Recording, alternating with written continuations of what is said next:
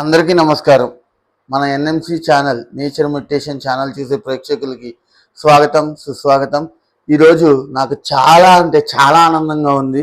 ఎందుకంటే మన NMC channel ఎదురుగా అడుగేసింది కాబట్టి 10,000 మంది సబ్స్క్రైబర్లు, అక్షరాల 10,000 మంది సబ్స్క్రైబర్ని నేను రీచ్ అయ్యాను. కాబట్టి ఇదంతా మా బ్రహ్మర్షి పితామహ పత్రి గారి ఆశీర్వాదంతో జరిగింది. కాబట్టి ఖచ్చితంగా మరి నా ఛానల్ చూసే ప్రేక్షకులకి, సబ్స్క్రైబర్స్కి అందరికీ కూడా పేరు పేరున ధన్యవాదాలు తెలియజేస్తున్నాం మాస్టర్స్. మరి ఈరోజు మన టాపిక్లోకి వెళ్దాం.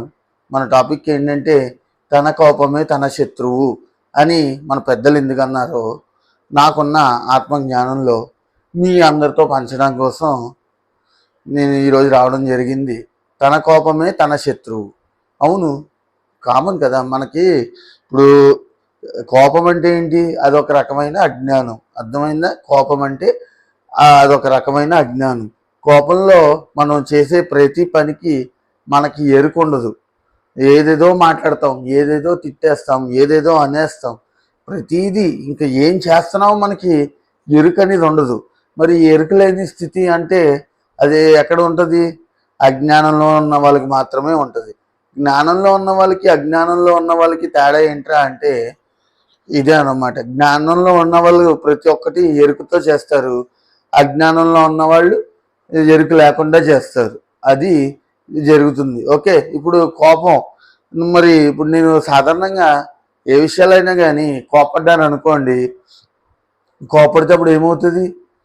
ఎవరికి నష్టం? అవతల పర్సన్కి నష్టమా? అవతలలో ఏమైనా ఇదిగా ఉంటాడా? ఎవరికి నష్టం? కోపంలో అరిచే మాటలు కానీ, కోపంలో అనుకున్న మాటలు కానీ, దేనికైనా మన ఎనర్జీని మనమే లాస్ చేసుకుంటున్నాం.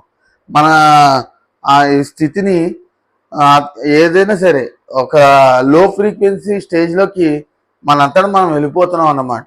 మరి అంత లో ఫ్రీక్వెన్సీ స్టేజ్లోకి వెళ్లకుండా ఉండడం కోసం చక్కగా ధ్యానం చేసుకుంటే మనం ఆ జ్ఞాన స్థితికి రాగలం, అంటే ఎరుక స్థితికి రాగలం. ధ్యానంలో మన శ్వాసను మనం గమనించుకుంటూ ఉంటాం. కేవలం ఇలాగ బయటకు వదిలే గాలి, లోపలికి పీల్చుకునే గాలి, వాటితో అనుసంధానమై ఉండడమే మనం చేసే ధ్యానం. మన బ్రహ్మర్షి పత్రిజీ గారు చెప్పారు కదా, శ్వాస మీద ధ్యాస.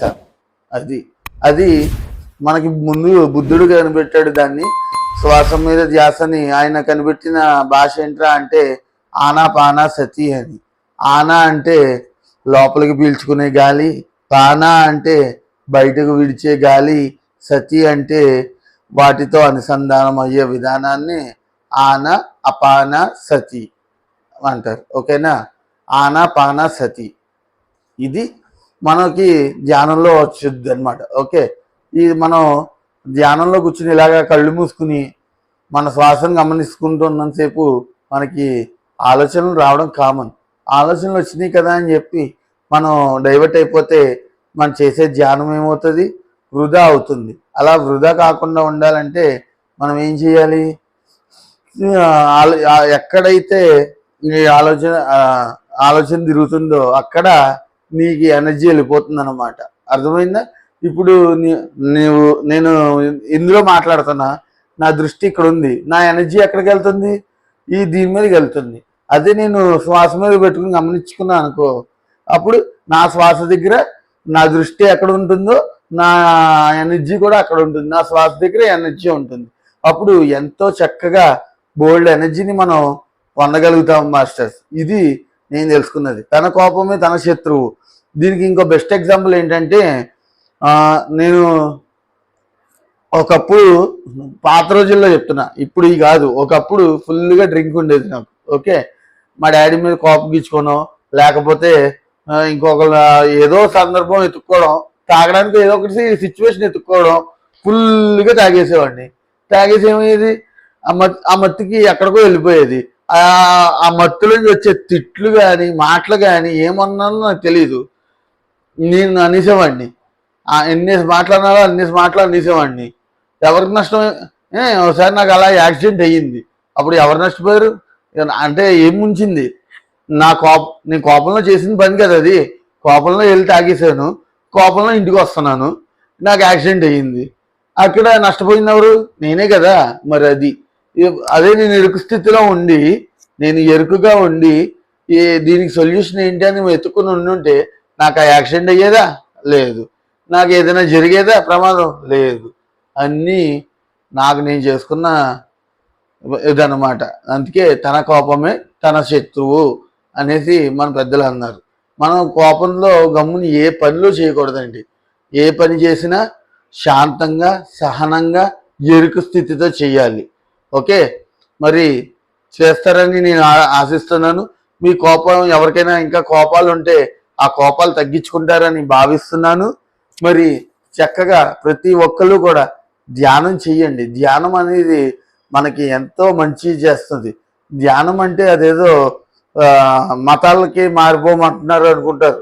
ఇక్కడ కులం లేదు, మతం లేదు, జాతి లేదు, అందరూ సమానమే. ఓకే, అక్కడ కుల మతాలు మారాలేమో, మేము ఇవన్నీ మానేయాలేమో అని అనుకుంటారు. ఏ కులాలు మారక్కర్లేదు, ఏ మతాలు మారక్కర్లేదు. ఈ సమయంలోనే ధ్యానం చేయాలని రూలు లేదు. ఈ సమయంలోనే ఇంతసేపే కూర్చోమని ఎవరు మిమ్మల్ని ఆపరు. మీరు చక్కగా ధ్యానంలో కూర్చుని మీ ఇష్టం అండి. మీరు 10 నిమిషాలు కూర్చుంటారు, పావుగంట కూర్చుంటారు, అరగంట కూర్చుంటారు, గంట కూర్చుంటారు, ఇంకా ఎంత మీ ఇష్టం. ఓకే, అలాగా సాధన పెంచుకోండి. మీ శ్వాసే మీ గురువు అని ఊరుకునే అందరూ అనరు కదా. ఇవన్నీ అర్థం చేసుకొని ప్రతి ఒక్కళ్ళు కూడా మరి ఈ నెక్స్ట్ ఇంకో టాపిక్ మీద మీ దగ్గరకు వస్తున్నాను. మన శ్వాసే మన గురువు అని ఎందుకు అంటున్నారు, దానివల్ల వచ్చే ప్రయోజనాలు ఏంటి, ఇది కూడా నేను ప్రతిదీ మీకు వివరంగా చెప్తూ వస్తాను. మరి నాకు ఈ అవకాశం ఇచ్చిన nature meditation channel NMC channel వారికి ధన్యవాదాలు. మరి మన ఎన్ఎంసి ఛానల్ని keep watching. Okay, like, share, subscribe. ఇది నేను ఇంకా అడగదలుచుకోలేదు ఇలాగ, ఎందుకంటే ఆల్రెడీ నా కోరిక తీరింది. 10,000 సబ్స్క్రైబర్లు వచ్చారు. ఇంకా తర్వాత నుంచి మీ ఇష్టం, చేసుకునే వాళ్ళు చేసుకోండి. లైక్ చేయండి, షేర్ చేయండి, వీడియోస్ మాత్రం షేర్ చేయండి.